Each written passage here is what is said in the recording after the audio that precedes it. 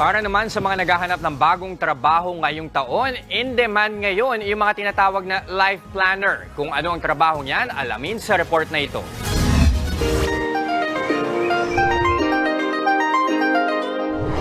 New Year, new goal, new job.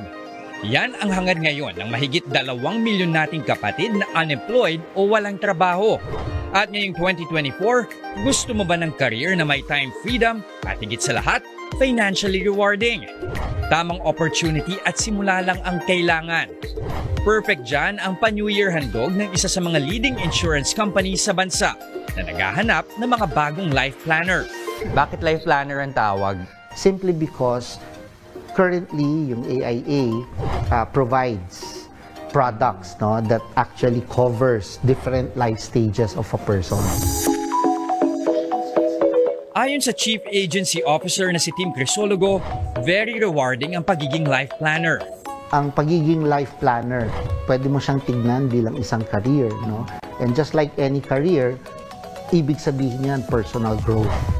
Ibig sabihin yan development, diba? And in AIA, we provide all that. Learnings, career in terms of the market. Pwede kang life planner ngayon. Eventually, pwede kang maging leader of life planners, manager, and be able to build your own team. At para mas ma-elevate ang career aspiration into reality, business partner ang turing sa sino bang life planner. Isa itong patunay ng essence ng pagkakaroon ng insurance with investment ay para maging ready tayo sa anumang unexpected event sa buhay natin. Ang life insurance ay hindi lamang para sa iyo. Ito ay para sa mga mahal mo sa buhay.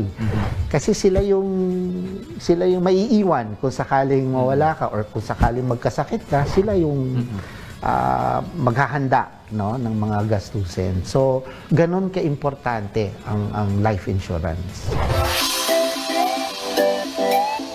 Flexible at customizable na rin ang mga insurance products.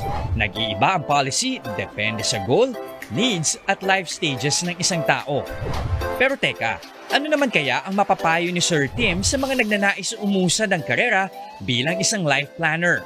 Kung ikay nagmamadali, di ba? Or magaling, porsigido ka, taon-taon may growth. Pwede mong itaguyod yung negosyo mo. Every year, development and growth can happen, both on the career side or on the business side. Tunay na may investment ka pa na pwedeng magamit sa iyong life goals. Higit sa lahat, fulfilled ka na sa trabaho, nakatulong ka pa sa kapwa mo. Sana ganyan din ang life goals mo.